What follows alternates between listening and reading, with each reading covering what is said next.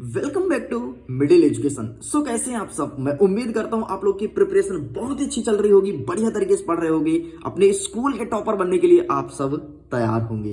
देखिए स्टूडेंट्स, आपके सामने जिस प्रकार से आपने देखा कि आपके बड़े भैया मतलब कक्षा 10वीं के बच्चे किस प्रकार से टॉप किए हैं, हर एक एग्जाम में फायर कर रहे थे, 75 नंबर का पेपर आता था, मेरे द्वारा बताए हुए कंटेंट को पढ़ के आते थे और वो 75 में से 70 नंबर, 73 नंबर, 72 नंबर, किसी दिन 65 नंबर, किसी 69 नंबर, इस प्रकार से नंबर लेकर के आते थे। लेकिन फाइनली अब मैं उनसे फ्री हो चुका हूं, इनका एक पेपर और बचा है, मैं उसको कवर कर दूंगा।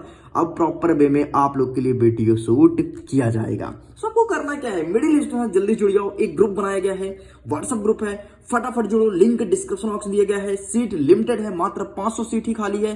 500 सीट के बाद वहां पर बच्चे रजिस्टर्ड नहीं कर पाएंगे तो बाद में मुझे मत ये बोलना कि प्लीज सर ग्रुप में ऐड कर लो, क्योंकि उस वक्त आपको मैं ग्रुप में ऐड नहीं कर पाऊंगा, लिमिटेड सीट है। अब देखिए स्टूडेंट, ऑलरेडी इसके पार्ट नंबर फर्स्ट का वीडियो अपलोड कर दिया गया, जिसे लगभग 5,000 से ज्यादा बच्चों ने देखा है। ये हमारा पार्ट नंबर सेकंड होगा। लेकिन एक चीज बता देता हूं, यहां पर लिखा है वर्ष 2023। बच्चे कंफ्यूज मत होना, मैं क्लियर कर देता हूं।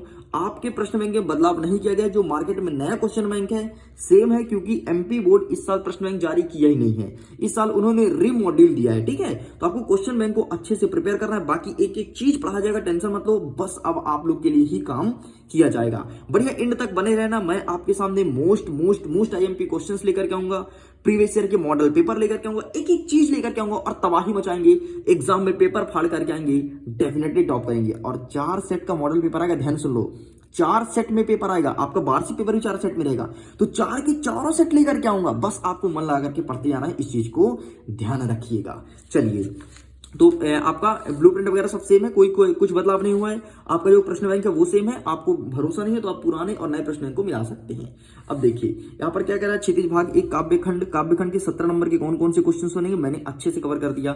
हमारा काव्य बोध अब कवर करने वाले हैं 10 नंबर का। यहाँ से कौन कौन से क्वेश्चन आएगा हम देखेंगे। काव्य की परिभाषा क्या होती है, भेद क्या होते हैं, किस प्रकार से प्रश्न बनेगा। हम देखेंगे रस क्या होता है, रस कितने प्रकार के होते हैं। हम देखेंगे छंद क्या होता है। हम देखेंगे अलंकार क्या होता है, इसकी परिभाषा और इसके भेद। और अलंकार भी हम पढ़ेंगे, अनुप्रास अलंकार पढ़ेंगे, यमक अलंकार पढ़ेंगे, उपमा, रूपक, उत्प्रेक्षा और मानविक अलंकार। इन सब चीजों को बहुत आसान भाषा में समझेंगे। एकदम माइंड को आप कूल कर लो, बैठ जाओ, मिडिल एजुकेशन जुड़ जाओ। मिडिल एजुकेशन आपको टॉप कराएगा, जिस प्रकार से कक्षा 10वीं के बच्चे कर रहे हैं। और आप सब अगर ग्रुप में जुड़े हो तो देखते हो कि किस प्रकार से उनके नंबर आ रहे हैं। तो ये रहा भाई साहब आपके सामने काव्य बोध। काव्य बोध में सबसे पहले आपको पता होना चाहिए काव्य से किस प्रकार से क्वेश्चन आएंगे। तो पूछता है कि काव्य के भेद माने गए हैं। काव्य के कितने भेद माने गए हैं, तो काव्य के 2 भेद होते हैं बेटा। एक होता है दृश्य काव्य और दूसरा होता है श्रव्य काव्य। इस चीज को ध्यान रखिएगा, ठीक है। नेक्स्ट कहता है प्रबंध काव्य कितने प्रकार के होते हैं, ठीक है। ये एग्जाम में पूछा जाएगा। कामयानी क्या है, कामयानी खंड काव्य है, महाकाव्य। तो आपको सबको पता है कि कामयानी एक महाकाव्य है, ठीक है। चलिए, बाकी ये सभी क्वेश्चन है जिसको टिक कर रहा हूं। नेक्स्ट पूछेगा कि रस के अंग कितने होते हैं। रस के अंग कितने होते हैं, रस के कितने अंग, 4 अंग है। क्या, स्थायी भाव, संचारी, विभव, अनुभव, ठीक है। फिर विभव, अनुभव, संचारी भाव, स्थायी भाव। जैसे भी रट लो, रस के 4 अंग है, ठीक है। श्रृंगार रस का स्थायी भाव क्या होता है, श्रृंगार का होता है रति। ये एग्जाम में देखने को मिलेगा, ठीक है। वाक्यम रसाक्तम काव्यम अर्थात रसिक वाक्य की ये कथन किसने कहा है, तो इसे कहा है आचार्य विश्वनाथ ने। ये एग्जाम में आएगा, ठीक है। काव्य की सोह वाला तत्व कहते हैं तो अलंकार कहते हैं। ये एग्जाम में देखने को मिलेगा। नेक्स्ट कहता है, नेक्स्ट आपके एग्जाम में की कुछ नहीं आएगा। हाँ, उपमा का अर्थ क्या होता है, ये एग्जाम में देखने को मिलेगा। तो इसका सही आंसर, उपमा का आंसर सादृश्य होता है। चलिए, बाकी यहाँ से कुछ नहीं आएगा, आप इन्हें स्किप कर सकते हैं। नेक्स्ट कहता है काव्य, रस को काव्य की क्या कहते हैं, तो रस को काव्य की आत्मा कहते हैं। एग्जाम में देखने को मिलेगा, ठीक है। रस के प्रकार कहते हैं तो रस के 9 प्रकार होते हैं, ठीक है। बाकी अब वर्तमान में 9 नहीं है, वर्तमान में इसके प्रकार हो गए 11, ठीक है। इस चीज ध्यान रखिएगा, ये ऑप्शन में दिया है तो हमें 9 पे ही टिक करना पड़ेगा, ठीक है। वात्सल्य हो गया और एक भक्ति रस हो गया। नेक्स्ट कहता है रौद्र रस का स्थायी भाव क्या है, तो रौद्र का होता है, रौद्र का क्रोध होता है, ठीक। एग्जाम में देखने को मिलेगा। करुण का क्या होता है, करुण का शोक होता है। तो इन सबको अच्छे से प्रिपेयर करें, जिसको टिक करा रहा हूँ। बाकी आपके लिए टेस्ट भी लिया जाएगा, टेस्ट का अरेंजमेंट किया जा रहा है जल्द ही। आपके सामने टेस्ट आएगा, टेंशन मत लो। अब फटाफट तुमको पढ़ना है, बस हो गया। अब मैं टोटल फ्री हो गया, अब तुमको टॉप कराऊंगा, टेंशन मतलब टॉपर सीरीज आप लोग के लिए चालू कर दिया गया है। नेक्स्ट देखते हैं संचारी भाग संख्या कितनी है, तो 33 है। इस चीज को ध्यान रखिएगा, एग्जाम में 100% देखने को मिलेगा। चलिए बेटा, साइड करते हैं, यहां से कोई क्वेश्चन नहीं आएगा। नेक्स्ट कहता है कि पंडित जगन्नाथ के अनुसार काव्य की परिभाषा क्या है, तो ध्यान रखिएगा। रमणीयार्थम प्रतिपादम शब्द काव्यम, अर्थात रमणीय अव्यम का प्रतिपादन करने वाले शब्द ही काव्य कहलाते हैं। 100% एग्जाम में देखने को मिलेगा। काव्य किसे कहते हैं, इसके भेद कितने होते हैं, तो रसाक्तम वाक्यम काव्यम अर्थात रसयुक्त वाक्य ही काव्य। इसके 2 भेद होते हैं, एक होता है श्रव्य काव्य और दूसरा होता है दृश्य काव्य। एग्जाम में आएगा, इसे अच्छे से प्रिपेयर करना है।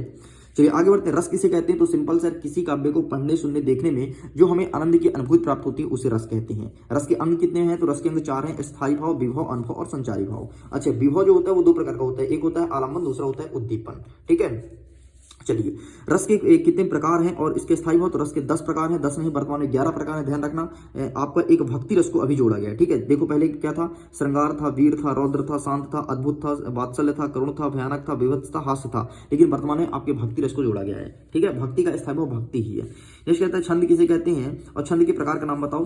तो जिस रचना में मात्राओं तथा वर्णों की संख्या निश्चित हो, यति, गति, तुक आदि का ध्यान रखा जाए उसे छंद कहते हैं। छंद 2 प्रकार का होता है, एक मात्रिक और दूसरा होता है वाणिक छंद। ठीक, ये एग्जाम में देखने को मिलेगा। नेक्स्ट कहते हैं दोहा किसे कहते हैं? तो दोहा एक मात्रिक छंद है, इसमें 4 चरण होते हैं। प्रथम और तृतीय चरण में 13-13 मात्रा है, द्वितीय और चतुर्थ चरण में 11-11 मात्रा होती हैं और ये एग्जाम में देखने को मिलेगा। ये आप एग्जाम्पल रटो, रहीमन पानी राखिए, बिन पानी सब सून, पानी गहना उबरे, मोती मानुष चून। ये एग्जाम में 100% आएगा। ठीक है, तो जिन क्वेश्चंस को मैं टिक करा रहा हूं उसको आप 100% पढ़ लेना, क्लास 10 की तरह टॉप करना होगा। तो नहीं करना कोई बात नहीं फिर। ठीक है, नेक्स्ट कहता है अनुप्रास अलंकार को परिभाषित कीजिए। तो जहां एक ही वर्ण एक से अधिक बार प्रयोग होता है वहां अनुप्रास अलंकार कहलाता है। एक ही वर्ण का कई बार प्रयोग हो वहां उसे कहते हैं अनुप्रास अलंकार।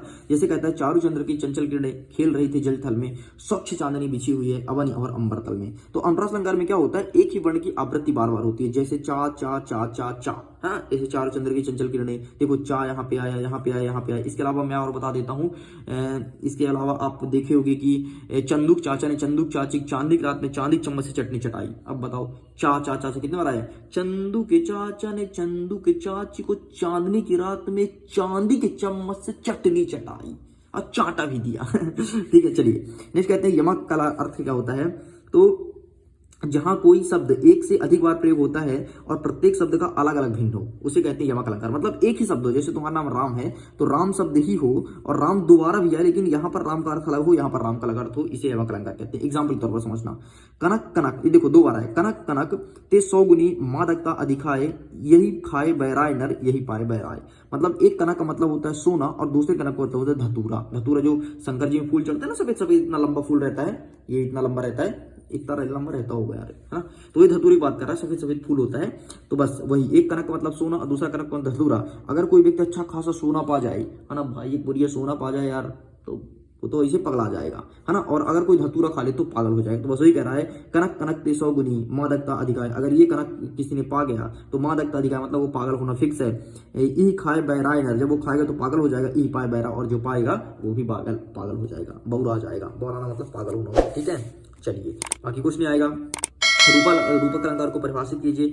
तो जहां उपमेय में उपमान का आरोप किया जाता है वहां रूपक अलंकार कहलाता है। रूपक का अर्थ होता है रूप धारण करना। ठीक है, तो रूपक अलंकार में उपमेय उपमान के रूप धारण कर लेता है। बस इतना सा है, कुछ नहीं है, एग्जाम में ज्यादा नहीं पूछेगा। एग्जाम में आपका आएगा महाकाव्य और खंड काव्य में अंतर। अब सुन लो, महाकाव्य क्या होता है, खंड काव्य क्या होता है। महाकाव्य क्या होता है समझ लेना बात को, अभी तुम समझ जाओगे, तुम पूरा एग्जाम में कर जाओगे। महाकाव्य मतलब किसी जीवन का, किसी व्यक्ति के जीवन का समग्र वर्णन हो, मतलब जन्म से लेकर के मृत्यु तक का वर्णन हो, उसे कहते हैं महाकाव्य।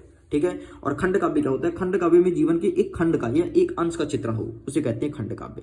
जैसे मैं मिडिल एजुकेशन हूं, तुम सब मुझे कब से जानते हो सकता है बहुत सारे स्टूडेंट्स मुझे 8 से जानते हो सकता है बहुत सारे 7 से, और एक्सेट्रा एक्सेट्रा। ठीक है, तो मुझे नहीं पता आप मुझे कब से जानते हैं, लेकिन एक चीज ध्यान रखिएगा, आप मुझे जब से भी जानते हो तो अगर तब से आप वर्णन करेंगे उसे कहेंगे खंड काव्य।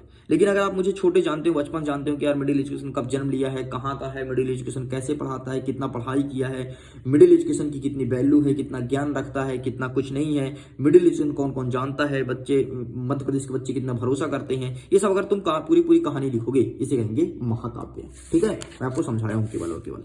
चलिए बेटा, बस थोड़ा सा और बचा है। मात्रिक छंद किसे होती है? नाम से स्पष्ट है, मात्रिक छंद में मात्रों गणना की जाती है और वाणी छंद में वर्णों गणना की जाती है। बस 2 चीज आप ध्यान रखना, मात्रिक छंद में मात्राओं गणना, वाणी छंद में वर्णों गणना की जाती है। बस इतना आपको ध्यान रखना है, इतना ही आपके एग्जाम में देखने को मिलेगा। मात्रिक छंद कौन सा हो गया?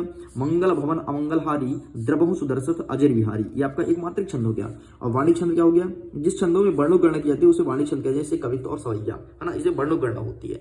तो लो, इस प्रकार से इतने ही आपके एग्जाम में आने थे। आपका पूरा कंप्लीट कर दिया हूं मैं, आपका हो गया काव्य बोध कंप्लीट। ठीक है, इकाई नंबर 2 कंप्लीट हो गया है।